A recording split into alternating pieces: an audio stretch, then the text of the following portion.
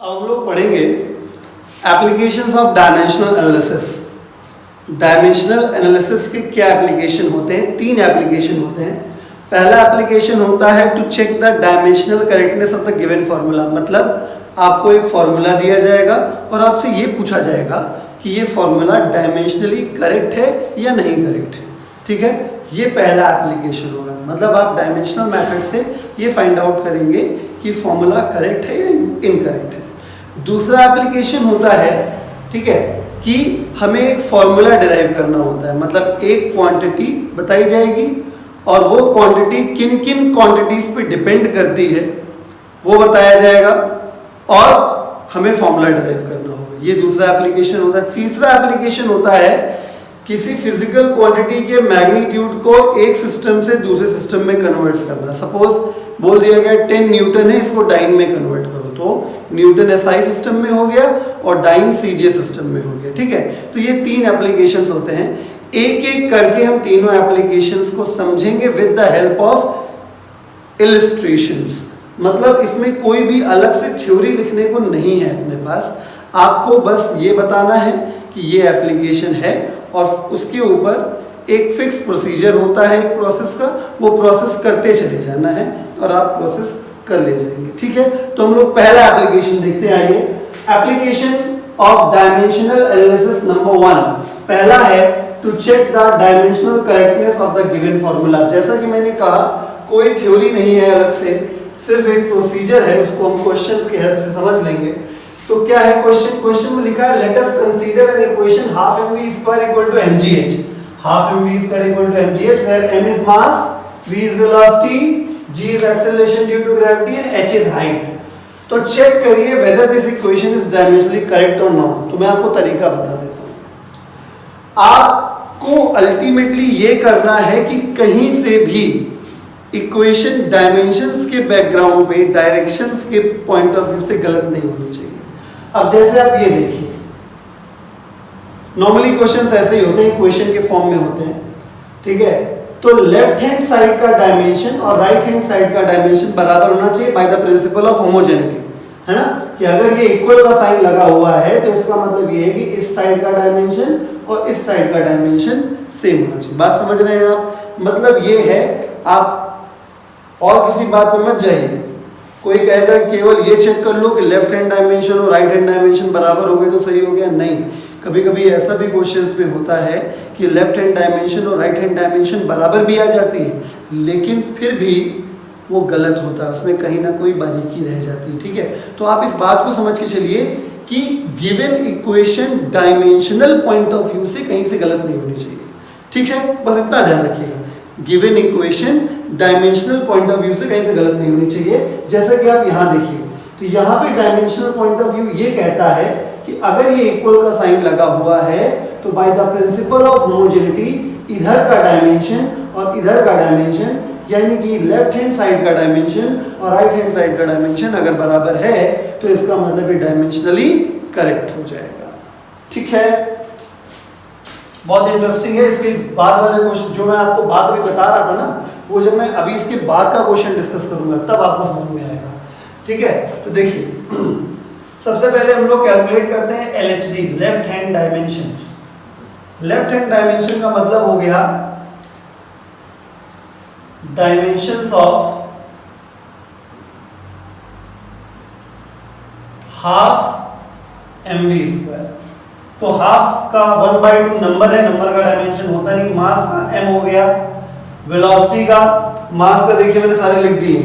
अगर आपको अब भी डायमेंशन फॉर्मूला निकालना नहीं आता तो आपकी गलती है, मैं फिर कह रहा हूँ। ठीक है, मैं आपकी हेल्प के लिए फिलहाल यहाँ पे बार बार डायमेंशंस लिखता हूँ। ठीक है, और ये वो है जो आपको आना चाहिए पहले से, अदरवाइज आप फंस जाएंगे। मास के लिए m यूज होता है और v फॉर वेलोसिटी, वेलोसिटी के लिए LT-1 यूज होगा। तो इसका लगा हुआ है होल स्क्वायर, तो कुल मिला के ये आ गया ml2t-2। ये हो गया क्वेश्चन नंबर 1 LHD। अब बात कर लेते हैं RHD के लिए। RHD में डायमेंशंस ऑफ mgh पे आना पड़ेगा। डायमेंशंस ऑफ m मतलब मास, g मतलब acceleration due to gravity, acceleration due to gravity का होता है lt माइनस 2 और h का हो गया हाइट का होता है l, तो ये आ गया ml2t minus 2, again equation number second. तो फ्रॉम फर्स्ट एंड सेकेंड साफ साफ दिख रहा है कि लेफ्ट हैंड डायमेंशन और राइट हैंड डायमेंशन बराबर होना चाहिए, ठीक है। तो हम लिखेंगे hence given formula is dimensionally correct, ठीक है। एप्लीकेशन नंबर 1 के ऊपर ये अपना दूसरा सवाल है, और जैसा कि मैं आपको अभी प्रीवियस क्वेश्चन में बता चुका हूं कि अगर आपको कभी क्वेश्चन में ये कहा जाता है कि डायमेंशनल करेक्टनेस को चेक करिए या डायमेंशनली कौन सा फॉर्मूला सही है कौन सा फॉर्मूला गलत है ये आइडेंटिफाई करिए, तो आपको ये चेक करना होगा कि वो डायमेंशनली हर जगह से सही होना चाहिए, ठीक है। मतलब ये इंपॉर्टेंट कतई नहीं है कि वो LHD RHD मतलब लेफ्ट हैंड डायमेंशन और राइट हैंड डायमेंशन अगर बराबर आ रहा है तो सही ही होगा, ऐसा कोई कंफर्म नहीं है। ये क्वेश्चन बेस्ट एग्जांपल है इस कंसेप्ट के लिए, आप बहुत ध्यान से समझिएगा, ठीक है। मतलब प्रीवियस क्वेश्चन में भी मैंने आपको ये नहीं कहा था, ध्यान दीजिए, प्रीवियस क्वेश्चन मैंने आपको ये नहीं कहा था कि LHD बेटा निकाल दो RHD निकाल दो, दोनों बराबर अगर आ गए तो डायमेंशनली सही हो गया ना। मैंने क्या कहा, डायमेंशंस के हिसाब से वो सही होना चाहिए था। मतलब ये कि जैसा कि प्रीवियस क्वेश्चन में बीच में इक्वल का साइन दिख रहा था तो मुझे लग क्या रहा था, मतलब इक्वल का साइन है तो इसका मतलब क्या है कि बाय प्रिंसिपल ऑफ होमोजेनिटी अगर इक्वल साइन लगा हुआ है तो इक्वल के इस तरफ के डायमेंशंस और इक्वल के इस तरफ के डायमेंशंस बराबर होने चाहिए। ऑन दैट बिहाफ मैंने कहा था कि वो डायमेंशनली सही है। चलिए मैं आपको इसका सेकेंड पार्ट पहले करके दिखाऊंगा, ठीक है, उसके ताकि आपको कंसेप्ट एकदम क्लियर हो जाए, ठीक है। चलिए मैं फर्स्ट पार्ट के लिए जगह छोड़ रहा हूं, मैं सेकेंड पार्ट पहले आपको करके दिखाऊंगा। क्वेश्चन भी पहले पढ़ लीजिए, लिखा है a book with many printing errors contains 4 different formulae for the displacement y of a particle। यानी एक बुक है जिसमें प्रिंटिंग एरर्स हैं और उसमें जो डिस्प्लेसमेंट है इसका सिंबल y है, ठीक है, एक पार्टिकल का है, उसके लिए 4 अलग-अलग इक्वेशंस दी हुई हैं। ये इक्वेशन है, एक इक्वेशन ये है, सेकंड वाले में लगे हाथ लिख भी लेता हूं, y a sin vt, ठीक है। अगली ये है, अगली ये 4 इक्वेशंस हैं जहां पर a का मतलब मैक्सिमम डिस्प्लेसमेंट ऑफ पार्टिकल है जिसको आप लोग एम्पलीट्यूड कहते हो। पार्टिकल मीन पोजीशन से मैक्सिमम कितना चला जाता है एक साइड में उसे एम्पलीट्यूड कहा जाता है। t का मतलब यहाँ टाइम पीरियड है कैपिटल T, v स्पीड है, t इंस्टेंटेनियस टाइम है, किसी इंस्टेंट पे टाइम मतलब इस वक्त क्या समय वो वाला टाइम, ठीक है, इंस्टेंटेनियस टाइम है। तो रूल आउट करिए, मतलब ढूंढिए कि कौन सा फॉर्मूला रॉन्ग है डायमेंशनली। देखिए इक्वल का साइन है मतलब by principle of homogeneity right hand dimension left hand dimension के बराबर होना चाहिए। चलिए तो here LHD is equal to dimension of y हो जाएगा, मैं डायरेक्ट लिख दूं डायमेंशन, चलिए मैं पूरा लिख देता हूं, डायमेंशन ऑफ y, तो डायमेंशन ऑफ y मतलब हो गया L, क्यों, क्योंकि डिस्प्लेसमेंट कोई भी हो उसका डायमेंशन L होगा, आपकी सुविधा के लिए मैंने लिख दिया। फिर एंड RHD निकाल लेते हैं। RHD अगर आप निकालेंगे तो मैं क्या लिखूंगा, डायमेंशन ऑफ, पूरा लिखते हैं, dimension of A into sine VT। तो माय डियर A का जो डायमेंशन है, A क्या है, देखिए A क्या है, A है डिस्प्लेसमेंट, यानी फिर से A का क्या मिलेगा, L हो जाएगा। और बचा है sine VT, sine cos tan cot sec cosec मैंने पढ़ाया था, सब डायमेंशनलेस होते हैं। तो ये हो गया m0 l0 t0, सॉल्व करके आया तो फिर से L आ गया, ठीक है। तो इक्वेशन नंबर 1 इक्वेशन नंबर 2, तो फ्रॉम फर्स्ट एंड सेकेंड साफ साफ दिख रहा है कि LHD is equal to RHD, right. तो इसका मतलब ये फॉर्मूला सही हो गया, राइट, रॉन्ग। ऐसा नहीं कि फॉर्मूला सही हो गया माय डियर, मैंने आपसे क्या कहा, ये कतई इंपॉर्टेंट नहीं है कि LHD और RHD बराबर आ जाए, ठीक है, तो फॉर्मूला सही होगा, ठीक है। अभी देखिए, अभी यहाँ पे एक इशू हो गया है, साइन के साथ ये जो VT लगा है इसका जो डायमेंशन होना चाहिए, it should be an angle. जो VT का डायमेंशन होना चाहिए वो एक एंगल होना चाहिए। क्यों? क्योंकि साइन के साथ जो भी टर्म होता है वो एंगल होता है, ब्रैकेट के अंदर जो लिखता है, ठीक है। और एंगल कैसा होता है? डायमेंशनलेस। तो अगर VT डायमेंशनलेस आ जाए तो इसका मतलब यहां के हिसाब से भी सही हो गया।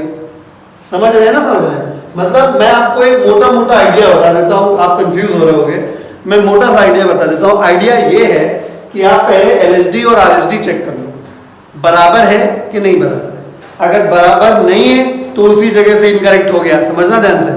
LHD RHD चेक करिए, बराबर नहीं है तो उसी जगह से इनकरेक्ट हुआ। अगर बराबर है तो उसके बाद एक बार सेकंड थॉट जरूर लाना क्वेश्चन में कि कहीं कुछ ऐसा तो नहीं रह गया जो चेक करना बाकी हो, ठीक है। तो जैसे इस क्वेश्चन में देखिए LHD RHD बराबर आ गए, और अभी हमने सेकंड थॉट लाया कि ये जो टर्म है ये एंगल का टर्म होना चाहिए और इसका डायमेंशन भी एंगल के बराबर होना चाहिए। चेक कर लेते हैं डायमेंशन बराबर आया कि नहीं। तो हम चेक करते हैं नाउ, डायमेंशन ऑफ VT बराबर V का डायमेंशन LT - 1 और T का dimension T। T is instantaneous time, time तो टाइम है, टाइम का डायमेंशन वही रहेगा। तो ये डायमेंशन कितना आ गया? L। T से T कैंसिल, जो कि बराबर नहीं आया किसके? Is not equal to dimension of an angle. Angle के डायमेंशन के बराबर नहीं आया। एंगल का डायमेंशन कितना होता है? M0, L0 and T0। इसका मतलब hence this formula is incorrect, ठीक है। अगर आप समझदार होंगे तो आप समझ गए होंगे। पहला स्टेप LHD RHD बराबर है कि नहीं चेक करिए, अगर बराबर नहीं है तो कहानी वहीं से खत्म हो जाती है, छोड़ दीजिए, क्वेश्चन फॉर्मूला इनकरेक्ट हो गया। अगर सही है तो एक बार सेकंड थॉट जरूर लाइएगा कि वो हर जगह से डायमेंशनली सही है कि नहीं सही। अब जैसे देखिए फर्स्ट पार्ट देखिए, फर्स्ट पार्ट में जो इक्वेशन है अपने पास वो है y is equal to a sin 2 pi small t upon capital T, ठीक है ना। तो अगर मैं LHD निकालता हूं, LHD मतलब y का डायमेंशन L हो गया, इक्वेशन नंबर फर्स्ट हो गया। RHD निकालते हैं, RHD मतलब dimension of a into sine theta, समझ जाइए a का हो गया L और sign cos tan cos sec कितना होता है? Dimensionless M0 L0 T0। तो ये भी कितना आ गया? फिर से L आ गया, इक्वेशन नंबर सेकंड, ठीक है। तो from first and second LHD is equal to RHD, सही आ गया। अब सेकंड थॉट आया मन में कि हर जगह से क्या सही है, तो हम एक बार यहाँ और चेक कर लेते हैं सही है कि नहीं सही है ना। तो ये वाला टर्म किसका होना चाहिए? This should be an it, है ना। ये क्या होना चाहिए? चलो पूरा नहीं लिख रहा हूं, ये एंगल होना चाहिए, राइट। तो हम चेक करते हैं। Also dimension of 2 pi small t upon capital T। तो 2 का नहीं होगा, पाई का नहीं होगा, स्मॉल t का t हो जाएगा और कैपिटल T का भी t हो जाएगा। तो ये इससे कैंसिल हो जाएगा, तो क्या आ गया? M0 L0 T0 which is equal to dimension of angle. इसका मतलब फॉर्मूला इज करेक्ट। समझे बच्चों? मतलब ये है कि इस केस में देखिए LHD RHD भी बराबर था और ये टर्म भी एंगल का था, इस वजह से करेक्ट हो गया। लेकिन इसमें LHD RHD तो बराबर था, लेकिन ये टर्म जो था वो एंगल का होना चाहिए था, जो कि नहीं निकला, इस वजह से ये इनकरेक्ट हो गया। अब देखते हैं हम लोग थर्ड पार्ट। थर्ड पार्ट में इक्वेशन दी गई है y is equal to a by t sine small t by a। अब आपको सबको समझ में आ गया होगा। सबसे पहले हम लोग LHD निकालते हैं। LHD मतलब लेफ्ट हैंड साइड का, y का डायमेंशन L हो जाएगा, इक्वेशन नंबर 1 हो गई। फिर हम लोग RHD निकालेंगे। आर एच डी जब निकालेंगे तो राइट हैंड का डायमेंशन आ जाएगा, ए का डायमेंशन एल हो गया, टी का टी हो गया, ठीक है। Sine cos tan cot sec cosec का होता नहीं है, m0 l0 t0 हो गया, तो इसका जो डायमेंशन आ गया वो एल टी माइनस वन आ गया, इक्वेशन नंबर सेकेंड। तो जैसा कि हम देख पा रहे हैं कि यहाँ पे from first and second L H D is not equal to R H D, यानी प्रिंसिपल ऑफ होमोजेनिटी ही वायलेट हो गया, ठीक है भाई। इक्वल होने के आधार पे क्या होना चाहिए था, इस तरफ का डायमेंशन इस तरफ का डायमेंशन सेम होना चाहिए था, है कि नहीं। मतलब ये बेस्ट क्वेश्चन है आपका, मतलब इस एप्लीकेशन नंबर 1 को समझने के लिए इससे बढ़िया क्वेश्चन हो नहीं सकता, सब कुछ क्लियर हो जाता है, ठीक है। तो LHD RHD तो बराबर हुए ही नहीं, तो आगे चेक करने की अब जरूरत ही नहीं है, ठीक है। तो this formula is dimensionally incorrect, ठीक है। तो कौन कौन सा इनकरेक्ट आ गया, सेकंड वाला इनकरेक्ट आ गया और थर्ड वाला इनकरेक्ट आ गया। चलिए फोर्थ वाला भी चेक कर लेते हैं, लगे हाथ। फोर्थ वाला तो काफी कुछ आपने पहले से कर रखा है। फोर्थ वाला है y is equal to a by root 2 in bracket sine 2 pi small t upon capital T plus cos 2 pi small t upon capital T, ठीक है।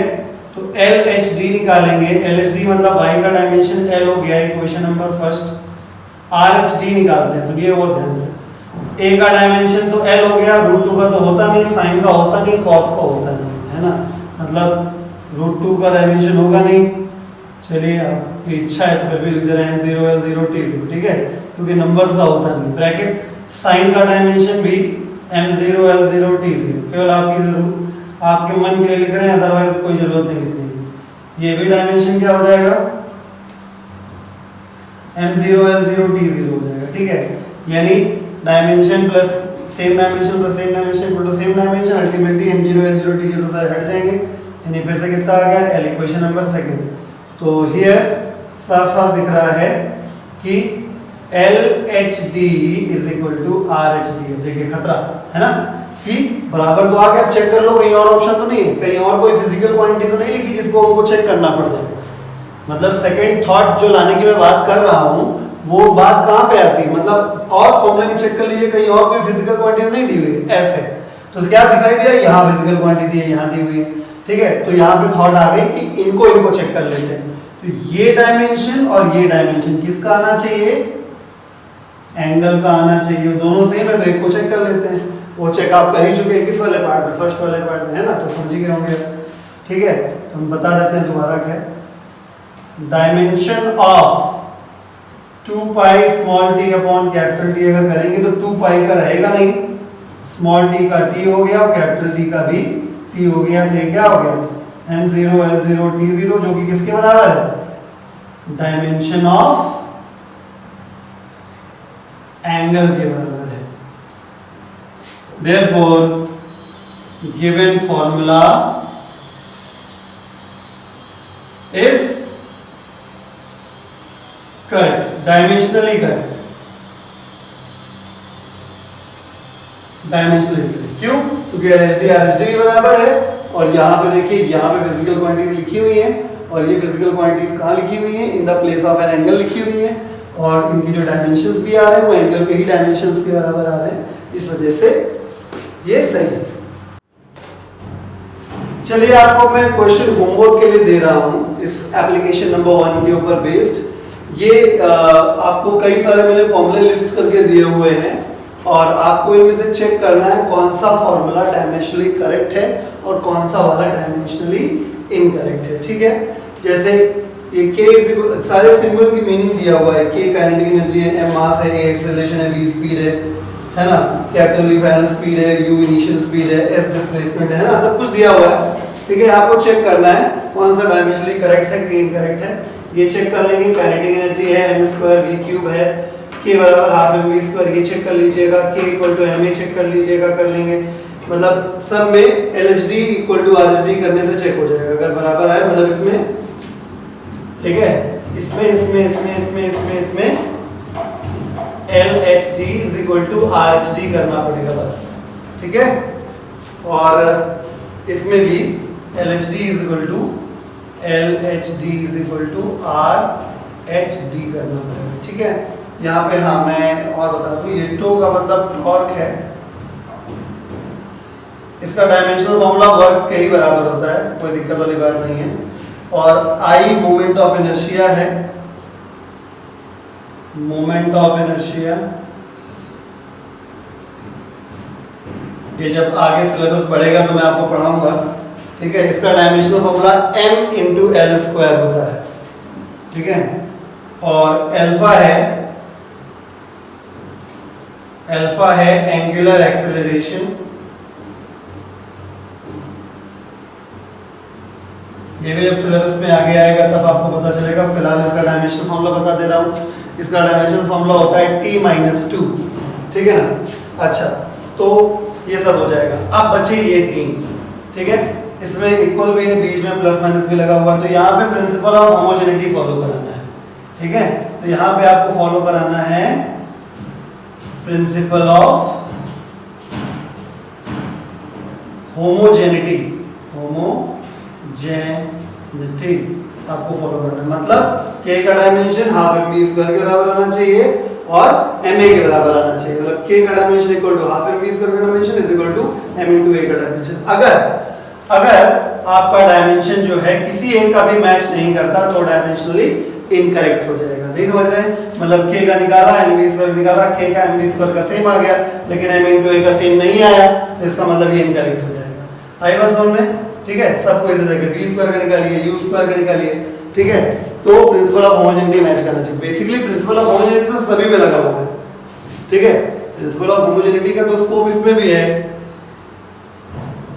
कि भाई इक्वल का साइन लगा, इक्वल के इधर इक्वल के उधर का जो डायमेंशन होगा सेम होगा, ठीक है। इसका स्कोप यहाँ भी है, ठीक है। लेकिन यहाँ पे स्पेशली आपको मैं बता रहा हूँ कि अगर आपको ये चेक करना है तो आपको ऐसे करना पड़ेगा। आपको एक बार निकालिए डायमेंशन ऑफ k, एक बार निकालिए डायमेंशन ऑफ m स्क्वायर, एक बार निकालिए dimension of m into a। अगर तीन में से किसी का भी एक का डायमेंशन मैच नहीं करता है, दो का मैच करता है, एक का नहीं करता है, तो पूरी इक्वेशन इनकरेक्ट हो जाएगी। आई बात समझ में? ठीक है ना। तो मैं आंसर्स बता दे रहा हूँ, ये इनकरेक्ट आएगा, ये करेक्ट आएगा, ये इनकरेक्ट आएगा, ये करेक्ट आएगा, ठीक है। अब आप कहेंगे सर k इक्वल टू तो हाफ mv स्क्वायर होता है, ठीक है, 3/16 mv स्क्वायर थोड़ा होता है। तो my dear k equal to half mv square होता है, एकदम सही बात है, लेकिन आपको केवल डायमेंशनली चेक करना है। बस डायमेंशन चेक करना है कि लेफ्ट हैंड साइड का राइट हैंड साइड के डायमेंशन के बराबर आ रहा है कि नहीं आ रहा। फिजिकली वो इनकरेक्ट है, उससे कोई फर्क नहीं पड़ता। ये एक लिमिटेशन है डायमेंशनल एनालिसिस का, ठीक है, कि हम लोग सिर्फ ये चेक कर सकते हैं फॉर्मूले का कि वो डायमेंशनली करेक्ट है कि नहीं करेक्ट, फिजिकली इनकरेक्ट है या करेक्ट है, ये चेक नहीं हो सकता। आई बात समझ में? मतलब अगर 3/16 की जगह 10 भी लिखा होता तो भी ये करेक्ट आ जाता, ठीक है। लेकिन फिजिकली क्या है फॉर्मूला? गलत है। ये बात बिल्कुल सही है, फिजिकली गलत है, ठीक है। तो ये आपको समझना पड़ेगा। ये डायमेंशनल एनालिसिस का पहला लिमिटेशन आपको जानने को मिला कि क्या प्रॉब्लम है डायमेंशनल मेथड में। डायमेंशनल मेथड में प्रॉब्लम ये है कि जब आप चेक करने बैठते हैं किसी फॉर्मूले की करेक्टनेस को, तो कभी कभी ऐसा होता है कि फॉर्मूला फिजिकली इनकरेक्ट होता है, जैसा कि यहाँ पे देखिए लिखा हुआ है k equal to half mv square होना चाहिए, लेकिन वो फॉर्मूला फिजिकली इनकरेक्ट होने के बावजूद भी आप देखिएगा लेफ्ट हैंड का डायमेंशन और राइट हैंड का डायमेंशन सेम आ जाता है, जिससे हम लोगों को कहना पड़ता है कि वो डायमेंशनली करेक्ट है। कहना क्या पड़ता है? डायमेंशनली सही है, हम केवल डायमेंशन चेक कर रहे हैं। अब वो फैक्टर में क्या प्रॉब्लम आ गया, 2 से मल्टीप्लाई हो रहा है, 10 से मल्टीप्लाई हो रहा है, 3/16 से मल्टीप्लाई हो रहा है, क्या प्रॉब्लम है ना? बात समझ में आ गया? मतलब डायमेंशनल करेक्टनेस एक अलग चीज है, फिजिकल करेक्टनेस एक अलग चीज है। डायमेंशनल करेक्टनेस में ये बस ये देखना पड़ता है कि डायमेंशंस के हिसाब से, यूनिट्स के हिसाब से सब कुछ सही है कि नहीं सही है। लेकिन फिजिकल करेक्टनेस में क्या होता है? यूनिट भी सारे सही होने चाहिए, डायमेंशन भी सारे सही होने चाहिए, और जो फैक्टर्स हैं, जो वैल्यूज लगी हुई है फॉर्मूले के साथ, वो भी सारी सेम होनी चाहिए, सही होनी चाहिए, ठीक है। तो ये वाला आपका इनकरेक्ट आएगा, ठीक है। k equal to half mv square plus m। Obviously आप देख ही रहोगे F बराबर m, ये फोर्स हो जाएगा, ये एनर्जी है, काइनेटिक एनर्जी, ये आप निकालेंगे, इससे भी एनर्जी का आ जाएगा, ठीक है ना। ये सही है तो आप जानते होंगे v square to u square plus 2s, ये भी सही है, is equal to ut to half t square, टो is equal to I alpha, ये भी सही है। ठीक है, डायमेंशंस टॉर्क का मैंने बता दिया, चाहो तो मैं लिख दे रहा हूँ फिर से। टॉर्क का होता है ml2 t-2, moment of inertia का होता है ml2 और अल्फा का होता है t-2। ठीक है, बाकी के डायमेंशन आपको इजीली पता होंगे। ठीक है, तो इस तरीके से शायद मैं बता दे रहा हूँ, काइनेटिक एनर्जी का डायमेंशन, कोई भी एनर्जी का डायमेंशन हमेशा वर्क से मैच करता है, ml2 t-2। ठीक है, मास का सिंबल आप जानते हैं m होता है, एक्सेलरेशन का lt-2 होता है, स्पीड का lt-1 होता है। स्पीड कोई भी हो, फाइनल इनिशियल सबका lt-1 ही रहेगा। ठीक है, lt-1, और डिस्प्लेसमेंट एक तरीके की लेंथ होती है, तो ये l हो गया। ठीक है, बात समझ में आ गई? आपको सबका डायमेंशनल करेक्टनेस चेक करना है मेरे लिए। ठीक है।